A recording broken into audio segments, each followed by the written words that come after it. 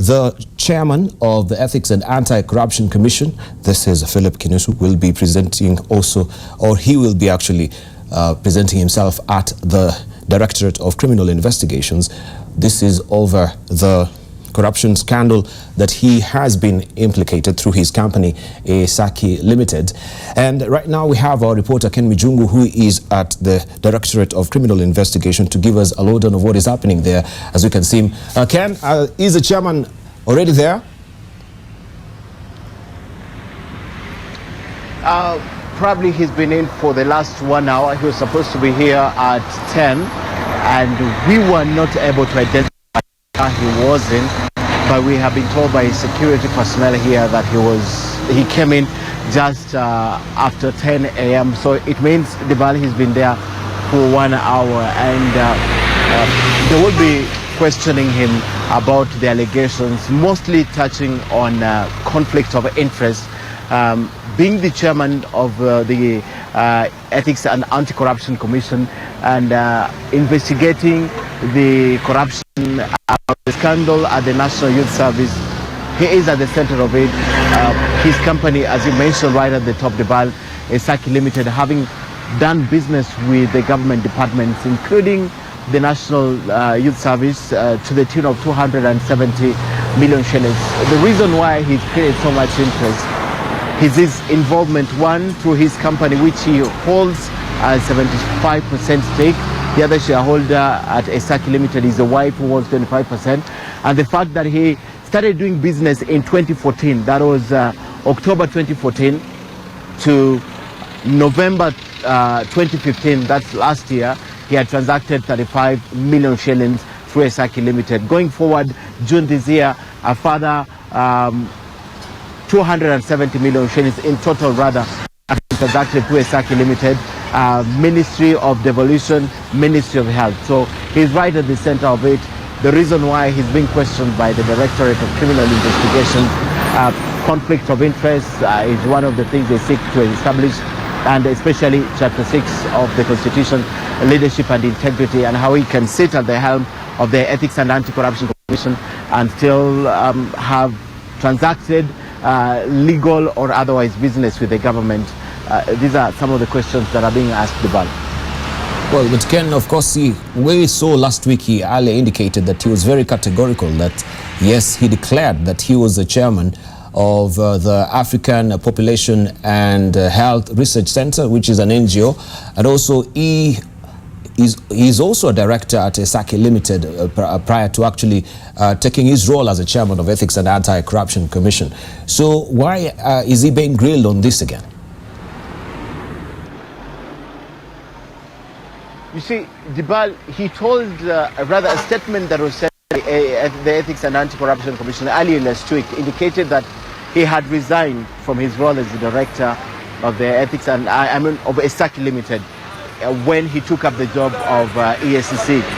As further search last week by the National Media Group indicated that he still holds that position, and on being a chairman of that non-governmental organization is also in question because he has been accused by a section of the civil society, rather one part of the civil society, that they have used that organization to commit money laundering. So those are some of the questions, because he said categorically that it's not possible. In fact, his press conference at the Laiko Regency last week, he brought one of the directors of that company just to demonstrate that this is business done above board, and it's not possible that that company committed, or that organization was involved in money laundering. But that did not stop action from being taken, because it's being questioned. Remember, if you ask the question, how did Philip Kinisu end up at the Directorate of Criminal Investigation?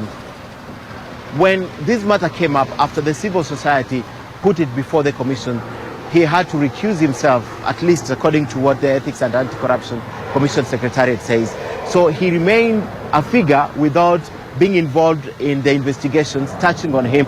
So because they needed some independence, they decided to refer this matter to the DPP, which wrote to the DCI asking them to take up these investigations. So they have been doing their investigations according to them. And today is the turn of Kinisu to shed light on some of those things they have been investigating. So rightly, as you said, the issue of that medical organization is going to come up, definitely. And the issue of the involvement of Esaki Limited is going to come up. And right in the middle of it is allegations of conflict of interest. All right, last one, Ken, before I let you go. Of course, we also heard from him. He says that he's reading mischief from this because we understand that within the Ethics and Anti-Corruption Commission itself, there has been, ruffling of feathers between the Secretariat and the Commission. And he says that these allegations actually is a scheme from the Commission itself. Don't you find this a bit confounding? I'm not in a position to judge that, but I'll tell you facts as we know them, Dibal. He's right at the center of it. One, because when he came to office, sometimes early this year, after the vetting in 2015 December, straight he went for the heads, literally, of the commissioners and the Secretariat generally. He asked for vetting of all the personnel. What he was asking for is, he wanted people to begin on a clean slate. Is there allegation touching on anyone? What's your wealth at this particular point when we are beginning? What do you have? Have you declared it? What does the government know about you? How clean are you working here at the Ethics and Anti-Corruption Commission? But this was resisted by members of the commission. And they went to court through the Society of Trust, I'm forgetting the name, but there's a civil society group that went to court contesting the call for vetting. And the case is still in court. They have a mention today, Monday, I think, Dibal. Basically, they do not want to be vetted. But the vetting was supposed to go on, or was supposed to touch on those employed on or before November of 2015. Those were safe. So after November 2015, they were supposed to be vetted, but they resisted this demand. And secondly, about the allegations, as the Secretariat is having a push and pull, they had a meeting in Mombasa whereby he proposed the scrapping off of a section headed by one of the commissioners, but it was resisted also because they wanted, I'm forgetting which section, but if I remember during this conversation, I'll tell you they wanted that section taken off, but the commissioners resisted and eventually it was defeated. That is the reason why there's sort of a push and pull with the commissioners. He's viewed as an outsider, definitely. He came in after the commission was well established. So that's the reason there's that push and pull. So there are two reasons. The vetting and the fact that he wanted operations, exactly, the operations to be scrapped off and taken off from one of the directors, who is actually the Deputy Chief Executive. So Dibal, this is the reason why there's quite a push and pull between the Secretariat and the Chairman. Remember, the Secretariat is permanent, the Chairman works part-time for EACC. Many thanks indeed, Ken Mijungu, reporting there from the Directorate of Criminal Investigations.